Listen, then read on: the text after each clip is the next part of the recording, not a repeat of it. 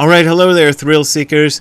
That was a little piece of a song called Strange Worlds by a band called The Decades from Akron, Ohio. They originally recorded it in 1964 when they were all students at Ellett High School, at which I have substitute taught, but not in 1964 because I was born in 1964. Anyway, today I want to answer a question because, as you know, since before your sun burned hot in space and before your race was born, I've awaited a question. And this question comes in an email whose title is, "What do we put our faith in?" So here is the question. This question has been weighing on me lately. In Zen Buddhism, what exactly are we putting our faith in? Like many Americans, I grew up in a Christian household that I would describe as casual. My family would go through phases where we'd attend church every Sunday and then we wouldn't for a while, and then we'd get back to it. I was baptized at a non-denominational church at age 10 or so. We always attended church on Easter and Christmas, and we often but not always said a prayer before eating dinner. I mention this only to point out that Christianity was indeed part of my upbringing, but it certainly did not feel like it was the thing our lives revolved around. Jump ahead to the present. I'm nearing 40 and I haven't identified as Christian in many years.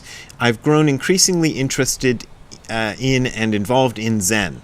Despite all this, I still find myself experiencing some level of comfort in the act of putting faith in a protective and powerful agent, God, in parentheses.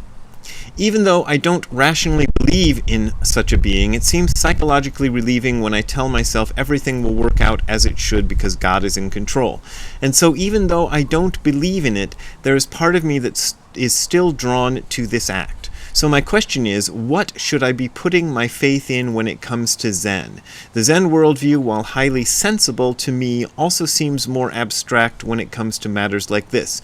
And this subject also begs the question, am I using faith as a means of mere coping or as a means of finding the truth? Okay, it's a good question, and I always like questions about God, so there you go. What should we put our faith in? Okay, well, often this question, and this is not related to this questioner, but I get this question a lot from people who are in AA or one of those kind of groups where you're told to, what is it? You're told to give yourself up to a higher power, something like that, to believe in a higher power, and what can I make my higher power be? But this is a little different from that question, so let me see what I can do with it. I'm a little different. I'm coming from a different perspective, as I've said many times. I did not have a religious household at all. Apparently, we went to church. This came up recently on something that a friend of my dad's passed away a few years ago. My mom passed away a few decades ago. But somebody who was a friend of my dad's mentioned to my sister that they always saw us in church on Sundays. And both of us, me and my sister, are like, really? But we must have at some point gone to church on Sundays. I don't remember it. So it wasn't a big deal. My parents were basically agnostic. But so this gave me, when it came to the question of God, I was kind of open to the possibility that God existed and the possibility that God did not exist. So, and I kind of wanted God to exist, to be honest, because, that seems better. I think. I still think so. But I don't want to believe in God just because I like the idea of God. I want to try to find out something about God. And this kind of drove me, it's one of the things that drove me to Zen practice, was this idea that one could find answers to what my teacher Nishijima Roshi called philosophical problems. And that the practice would kind of lead to that. And I will say that my Zen practice has led me to start believing in God. And not because I want to believe in God, but because I have come to be able to see so much evidence of God. Now, when I talk about God, when I use the word God, I do not mean the white man on the throne who smites the Peloponnesians or whatever, whatever the heck he does in the Old Testament and New Testament. He does all these kind of things. I don't believe in that guy. When I went through my phase of trying to follow the Hare Krishnas, their version of God was Krishna, who was having sex with beautiful, like millions of beautiful women all at once, because he would, make himself a million people at the same time, because he's God and he can do that. I think there was an episode of Rick and Morty where somebody did that, but let's leave that aside. But anyway, I couldn't believe in that sort of God. All the conceptions of God seemed silly to me. But the sense that there is some kind of working intelligence in this universe, and that this universe is not a dead thing, this was kind of put forth, I felt, in a lot of the Zen teachings in a way that's maybe not quite as overt as saying there is a God and you should worship him. But there is this sense, this underlying sense, that there is something working in this universe that we are deeply and intimately connected to, which you could, if you wanted to, call God. Now, there's another thing that this question made me think of, and I don't know. I answered the guy with this, and I don't know if this is helpful or not, but I found this interesting. I was at the Tassajara Zen Mountain Monastery, which is a Zen monastery in Northern California. And one of the things they do is they have this thing, I bought it there for $10. I don't know if they still sell it for $10. This is their San Francisco Zen Center, because that's their parent organization. Daily Sutras and Verses and Texts. And this one was one we chanted a few times. It's called Eihei Koso Hotsuganmon. I do not know what that means. If I can find out what that means, I will insert myself in the editing explaining what it means. But if you don't see me come up in a second, that means I never found out. Okay, let's wait. Is he going to come up? Well, because the San Francisco Zen Center doesn't provide you the kanji, the Chinese characters used to spell it, I couldn't find the entire thing, but Eihei usually means Eihei Dogen, so Dogen. And it means something like Dogen's prayer, or yeah, that's the best I can do. Sorry, Brad. But anyway, let me read you at least part of this. It says, "We vow with all beings from this life on throughout countless lives to hear the true Dharma, that upon hearing it no doubt will arise in us, nor will we lack in faith, that upon meeting it we shall announce worldly affairs and maintain the Buddha Dharma." Hey Ziggy, hold on. "And maintain the Buddha Dharma, and that in doing so the great earth and all living beings together will attain the Buddha way. Although our past evil karma has greatly accumulated, indeed being the cause and condition of obstacles in practicing the way, may all Buddhas and ancestors who have attained the Buddha way be compassionate to us and free us from karmic effects, allowing us to practice the way without hindrance. May they share with us their compassion, which fills the boundless universe with the virtue of their enlightenment and teachings. Buddhas and ancestors of old were as we. We in the future shall be Buddhas and ancestors. Revering Buddhas and ancestors, we are one Buddha and one ancestor. Awakening Bodhi mind, we are one Bodhi mind." And so on and so forth. There's some more. This comes from Volume 1 of Shobo Genzo. I'm sorry, I'm looking at my notes. And it's from Chapter 9, Keisei Sanshiki, which, as you can see, Nishijima and Cross have translated as the voices of the river valley and the form of the mountains. And the translation here is slightly different from the one the San Francisco Zen Center uses. In fact, I think that little prologue, the first 4 or so sentences I just read to you, are added later, though those don't seem to be part of the original text by Dogen, but the rest of it is. So he is giving you this idea of praying to the Buddhas and ancestors for help overcoming your karmic stuff, and that almost sounds like the way people pray to God for help, for things they need or things they want.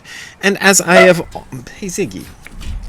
And as I have often mentioned, there is an essay by Dogen called Inmo, which is translated by my teacher as it, and sometimes other people translate it as suchness or thusness.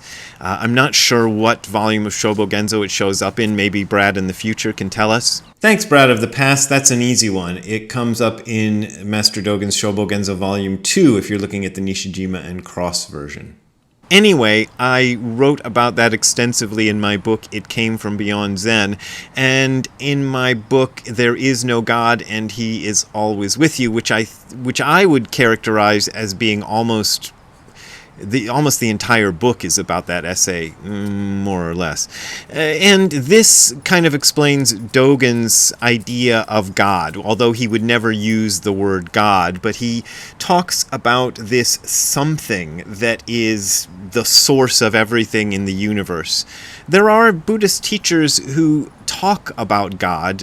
One that's two of them are sort of connected with me, one more than the other. One, it was Koben Chino Roshi, who was the teacher of my first Zen teacher, and Koben apparently talked about God a lot, and this influenced my first Zen teacher, who often talked in terms of God. And Joshu Sasaki Roshi, he's got some controversy surrounding him, but he often talked in terms of God, and I think some of the things he said about God are interesting. In fact, that title of the title I gave that book, There Is No God and He Is Always With You, that comes from Joshu Sasaki's description of God. So this idea of a kind of benevolent God is, If you think of the benevolence of God as being God gives you exactly what you want and you make sure you don't have any pain or suffering in life, well, you can't believe in that kind of God. And that led me to reject God initially, because I'd be like, there's war and famine and disease and all this other stuff in the world, so how can we believe in a benevolent, loving God when he does all this terrible crap to his people? Yeah, so I don't believe in that sort of benevolent, loving God. But in some sense, if I look at my life, even the pain and suffering that I've dealt with in my life seems to have a kind of weird benevolence to it. The worst one I can think of, and I don't even like to say this, but I've said it before, so I might as well just say it. My mom. She died of this horrible disease called Huntington's disease, and it was just, I can't even begin to tell you how awful that was. In my book, what's it called? Zen Wrapped in Karma, Dipped in Chocolate. I wrote a bit about my mom and her suffering, and this is one of the reasons there is no audiobook version of that book, because I cannot stand to read that back. What I wrote in that book. So it was very, very deep suffering, and the other suffering that attended that was that this disease is hereditary. So I learned about it when I was a teenager, and I'm like, oh, by the time I'm 30, I might also be losing my ability to interact with people and walk and talk and eat and things like that. But on the other hand, had that not been a factor in my life, I don't know if I would have pursued the Zen stuff as seriously as I did. I once got chastised by one of Nishijima Roshi's other students for not being serious enough. He said, Zen is a matter of life and death to me, but you don't take Zen seriously enough. Well, one of my ways of dealing with things, like a lot of people do this, but so I'm not alone in this, but it's through humor and just making fun of things, and he thought that was a sign of not being serious. But I was super serious about Zen practice because of what happened to my mom. So, there is a certain weird benevolence in that, and I don't like to think of like God up there smiting my mother with this horrible disease just so that somebody would discover his own link to God years and years later, because that would be ridiculous. But on some level, I don't know how to explain this world. That's the thing. One of the things I learned that I keep harping on through my experiences through Zen is that this world is not what I think it is. There is a certain sort of way of thinking about this world and about thinking about ourselves that we all kind of absorb from the culture. And there are various variations, and I was searching as a child for which one was right. In particular, was the idea of believing in God. Was that right? Was that sensible? Because, as I said, I didn't grow up with that belief sort of indoctrinated in me. And I wanted to find out what sort of belief was true. Where was I going with this? God, I lost the thread of that one. Okay, I had to stop the video and go look at what I said, and I noticed there's some wind noise on the video, and I apologize for that, but it seems to have died down now. Let's hope we don't get too much more of that. Anyway, I was talking about the benevolence of God. I feel like there basically is some kind of benevolence to the universe, and there is some kind of deep intelligence. So, to answer the guy's question, I put my faith in that. There are times when I start to doubt it, and when I start to doubt it, I sometimes try to consciously remind myself, no, I know better than that. There's a certain kind of benevolence to the universe, and I can trust it to a certain extent. I can't trust it to always give me what I want or give me what feels good, but I do feel that I can trust that the experiences I have are necessary for this body and mind, and that's kind of where I put my faith. But I don't put my faith in a kind of abstract dude on a throne in the sky or anything like that, or even to higher power. That's what they call it. I was thinking what the AA people call it. They call it a higher power. I don't know if I call it a higher power, but I do feel that there is something there, and I do feel that the Zen teaching points to that. It's not atheistic. I really maintain that very strongly.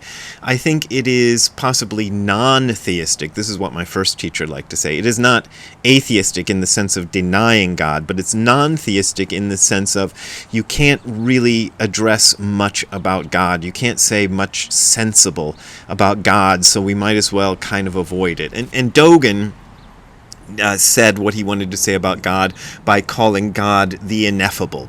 Inmo, that word I mentioned earlier, the title of his chapter. People have trouble translating it because it's so vague, but it's kind of deliberately vague. It means something that you can't put a pin on, you can't describe, you can't get it, so you just call it something. So that's kind of one of the meanings of inmo, is something or it or what. It kind of functions in those ways, and we often refer to what as our God in Buddhism. But then this sounds like an Abbott and Costello sketch, so I don't want to go there. If you don't know what that means, I pity you. Anyway, there you go. That's what we put our faith in. I don't think I've answered the question at all, but I've tried, and I've spent enough time doing it, so I'm going to end it here. If you want to donate to me continuing my search for God, you can go to the URL that you are seeing on the screen below right now, or that you're about to hear if you're listening to the audio version, and that is hardcorezen.info/donate. That is hardcorezen.info/donate. There you will find links to my PayPal and Patreon accounts, and those are my main and only ways of making a living, but you don't have to support me if you don't want to. Okay, the dogs are barking. I better go find out what they're barking at. I have my sister-in-law's dog with me, and he sets off Ziggy. So anyway, we will see you next time. Have a good time all the time. Bye.